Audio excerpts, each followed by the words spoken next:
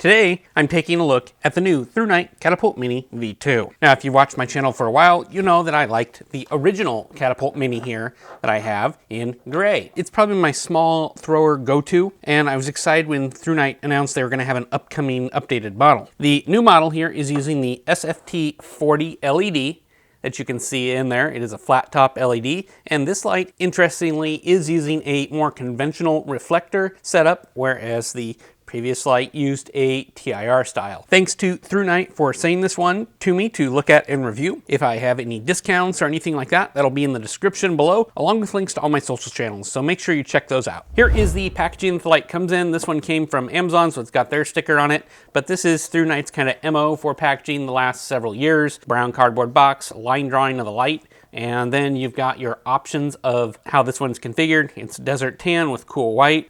There is no neutral white option available that I can see, and only black is the other color option that I've seen. Other accessories that come with the light, you've got the manual here, which is pretty good. Thrunite always does a good job with that.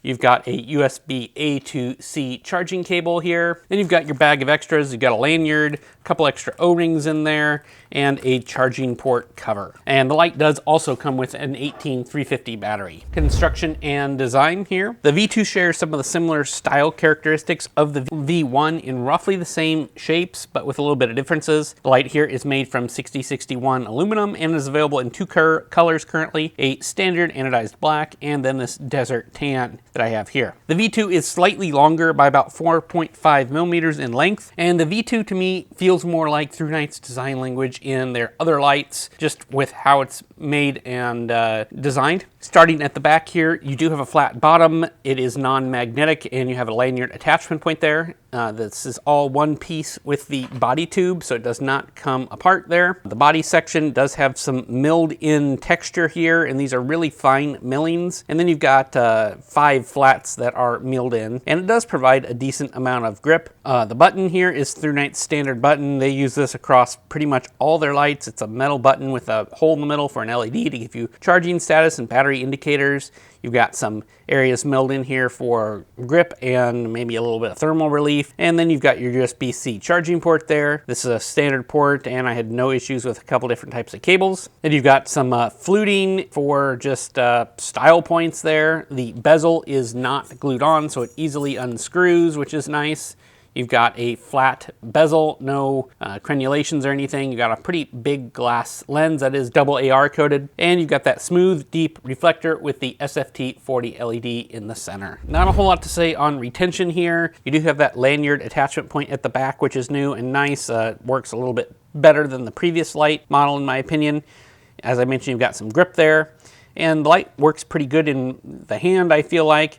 Easy to contain, easy to control, so not a whole lot there. Size and weight. I measured the length of the light at 85.8 millimeters, diameter of the head at 40.4, and the diameter of the body at 26 millimeters. Weight with the battery installed came to 4.06 ounces, and the light is drop rated for 1.5 meters, waterproof to 2 meters. And here are some photos comparing it to the Thrunite Catapult Mini V1, Lumentop GT Nano, and the Workos FC11. Let's talk about the LED and beam here. The Catapult Mini V2 is running a SFT40 LED that I measured on my Opal meter at 5,835 Kelvin with a CRI of 65. So it's a little bit cool white and low CRI. DUV here had no undesirable tints to it, and the LED is combined with a traditional smooth reflector where the V1 used a more TIR style optic, and the result is beam patterns that are pretty different. The V1 was all throw, no spill, and the V2 has a bright hot center that's a little bit bigger and does have a little bit of donut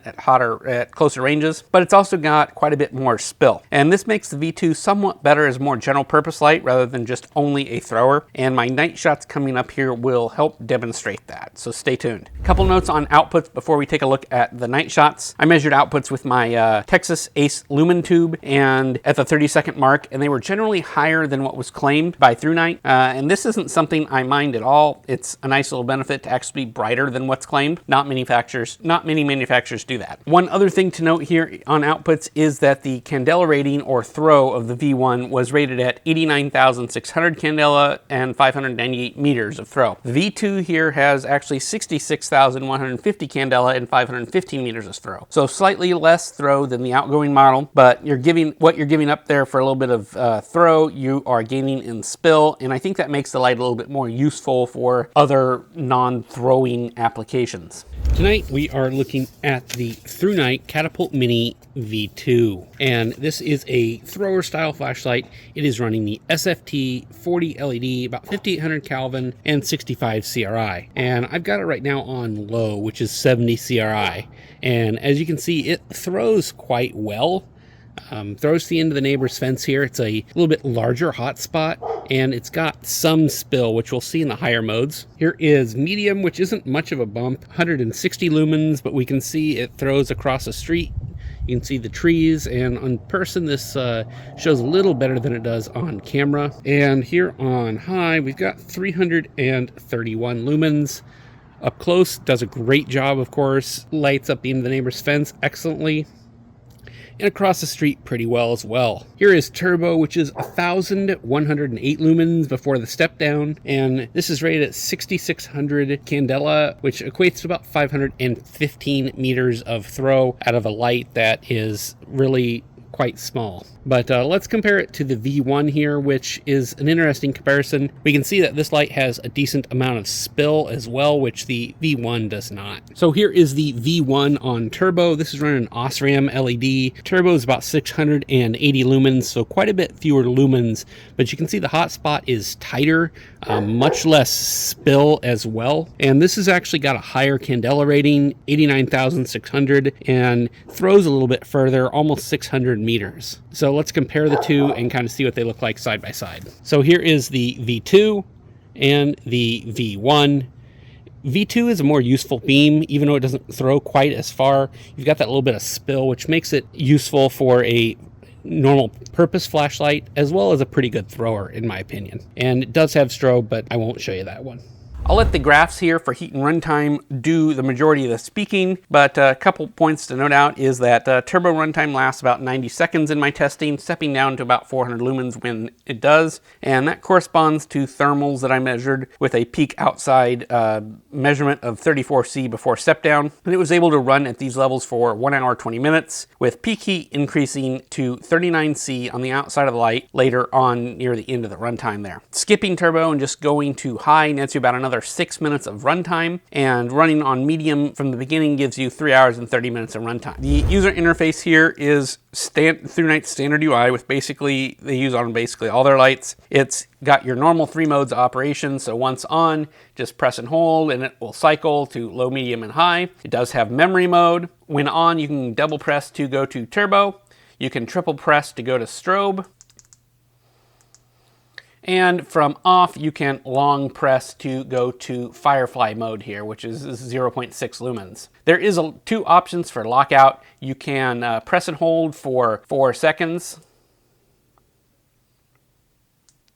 And when doing so, you get a little blue LED here that kind of breathes, so it comes on, fades on slowly, and fades off. To disable the lockout, you just press and hold for another 4 seconds, and the light does come on. That works just fine, but my favorite method to lock the light out is just mechanically locking it out. Once you've mechanically locked it out by giving about a half a turn or so, the button doesn't press at all, and that's just my favorite way to lock it out. Recharging and power, the light comes with Thrunite's branded semi-proprietary 1100 milliamp hour 18350 battery. And I tested the battery at 1181 milliamp hours in my VapeCell S4 Plus charger. And what makes this battery proprietary is you've got positive and negative contacts on your positive end with a plastic ring in the middle here. We've seen this from other manufacturers as well.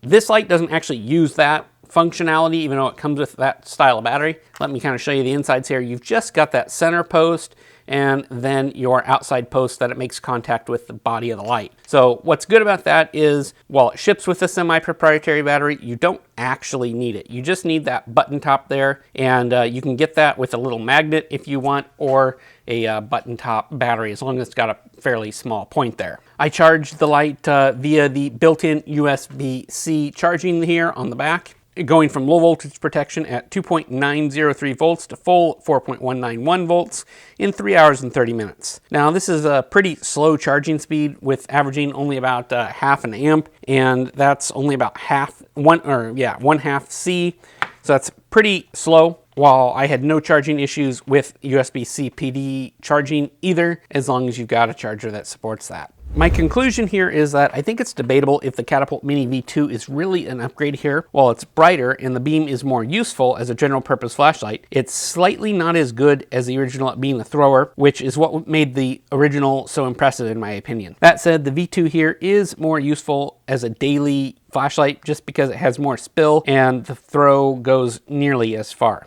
The SFT40 version here has a slightly cool white tint with no negative tints, which is pretty good and nice to see. Overall, I like the design of the V2 slightly better because of the improved grip and improved lanyard attachment point. The rest is pretty similar and unchanged, and while I'm disappointed that they continued to use that semi-proprietary battery, it's good that it's not really required here, and you can use a standard button top pretty easily. I would definitely recommend picking up a Thrunite Catapult Mini. Now, which version you pick up, I think it comes down to how you plan to use it. For me, I think the V2 is probably the one to go with just because it's a little bit more versatile, but you do give up a little bit of throw. But let me know what you guys think is the better light in the comments below. And if I have any discounts or anything, those will be in the description. You can check out there too. As always, I appreciate you guys liking these videos, commenting, subscribing, all that good stuff. And as always, I'll catch you on the next video. Thanks for watching.